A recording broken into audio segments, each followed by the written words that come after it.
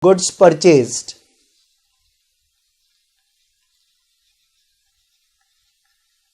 on credit from Mr. A, rupees 1000 on 1st January 2021. Now this is the transaction. First, what we will be doing is, we will be identifying the two important parts from this entire transaction. So first important part is goods and second important part is Mr. A. Since we have purchased goods on credit, we do have to remember the person who has supplied the goods on credit. Now, goods is a real account, so I will apply the rule of real account over here. That is debit what comes in, credit what goes out. Since we have purchased the goods, goods will be debited.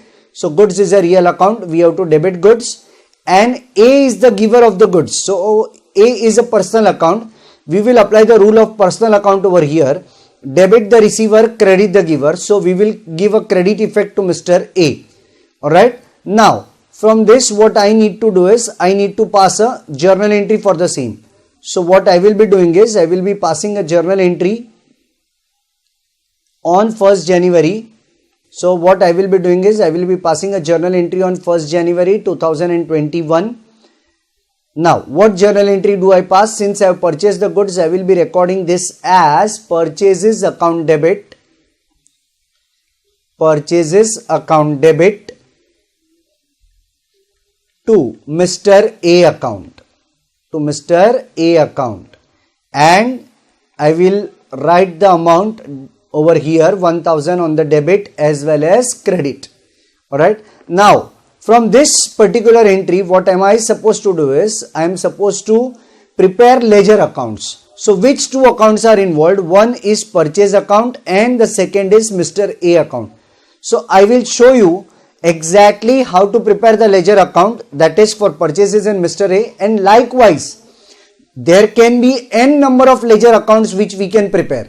So let us just start by preparing one account at a time, that is purchases account. What I need to do is, I need to simply divide the page into center in two equal parts. As you can see, the page is already divided into two equal parts, and I have also prepared a top line. This is like a T format. Now I need to prepare amount column on each side of the ledger. So on the left side as well as right side, we will have amount column. At the same time, about half a centimeter, we will be having JF, that is journal folio column. Thereafter, one small column for writing the date on both the sides, and this is how the format is done. Just to show you the division, what I will be doing is, I will be dividing the center column in a slight thick manner. So now, as you can see, the entire account is divided into two parts. The left side, entire left side is known as debit side, and the entire right side is known as credit side. So what am I supposed to do is, now I am supposed to write over here on the left side debit and on the right side credit. In the center, I will give the name as purchases account. So likewise, whatever account we are preparing, we need to write the name on the top, and that too in center. The first column will be date column, thereafter particulars, thereafter journal folio, and finally the amount column. Similarly, on the right side also, that is on the credit side, date, particulars,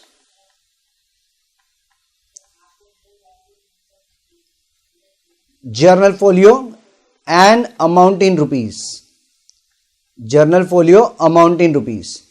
So what I will be doing is, I will be preparing purchases account, and after leaving a gap of about 1 or 2 lines, what I will be doing is, I will also prepare Mr. A account for about same length. What I will be doing is, I will prepare another ledger account over here. As you can see, in the same manner I am drawing the format of ledger. What I will do is, I will divide this part into two half by drawing a line in the center. Thereafter some amount column. on the left side, that is debit side, as well as date column, thereafter again date column, thereafter amount column, and journal folio. So what I will do is, now I will again write the name of the account that I am supposed to prepare. So the name of the account that I am preparing will be debit and credit. Left side will be debit side, right side will be credit side. The name of the account I will be writing on the center, that is Mr. A account. Alright, A/C is a short form of writing account. So date, particulars,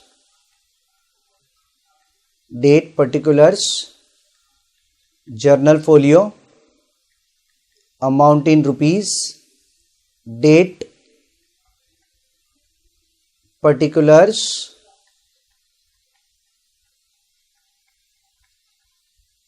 journal folio, amount in rupees. Alright, so this is how I am supposed to prepare the format. Now once I prepare the format, I am going to show you exactly in what way we are supposed to record the transaction in ledger. So this particular accounts, purchases account and Mr. A account will be maintained in a separate book which is known as ledger. Now as you can see, I have debited purchases account over here. So what I will be doing is, I will be preparing purchases account, and since the purchase account is debited, what I will be doing is, I will be going on the debit side of purchase account. Alright, so I will be going on the debit side of purchase account and write the date over here as 2021 on both the sides in the date column. And similarly in Mr. A account also, in date column, what I will do is, I will write the date 2021. Alright, so 2021 is the date that I am supposed to record. Now since purchase account is debited, what I will do is, I will go on the debit side, write the date as 1st January, and on the debit side I am supposed to write the name of the account that is credited against purchases. So purchases account is debit and Mr. A account is credit. So on the debit side I will be writing the name of Mr. A. Alright, so Mr. A account I am supposed to write over here on the debit side, and I am supposed to write the amount of rupees 1000. Dear students, please keep in mind, we have to always record the amount of the debit side.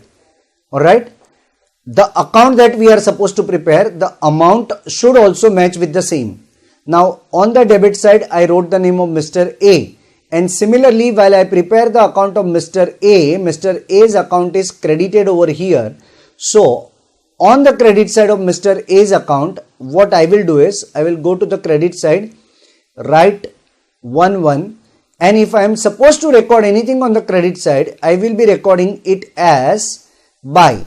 And on the credit side, we will record or write the name of the account which is debit. So buy purchases account. Buy purchases account. This is how I am supposed to record, and I will write the amount as 1000. But students, keep in mind, this amount of 1000 is of the account which is credited.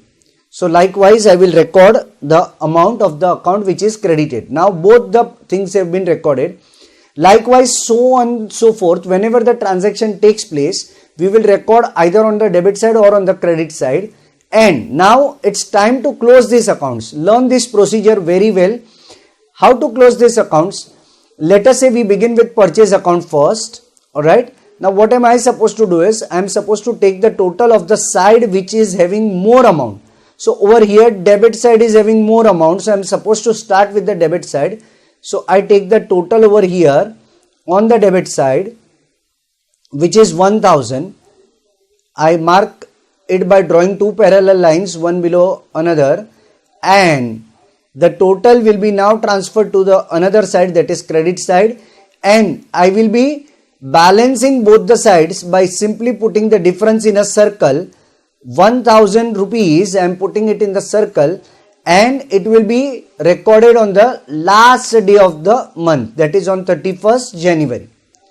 The month in which we are preparing the transaction or the period for which we are recording the transactions, we have to always take the last date, and this is like a balance. So over here what I will be doing is I will be recording this as balance. Balance means the figure which is remaining after the completion of all the transactions. Alright, so balance carried down over here 1000, and on the very next day, that is 1st of February, I will bring down the balance. So to balance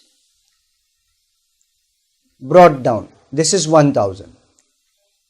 Alright, so now what has happened is this particular thing over here, the balance carried down, it indicates the balance on the last day of a particular period, and this balance brought down, it indicates the balance on the first day of the particular period. This particular balance, that is balance carried down, is nothing but a closing balance of a particular account. It is always, closing balance is always represented by the word carried down. And this particular balance, balance brought down, is nothing but opening balance, that is the balance on the first day of the year.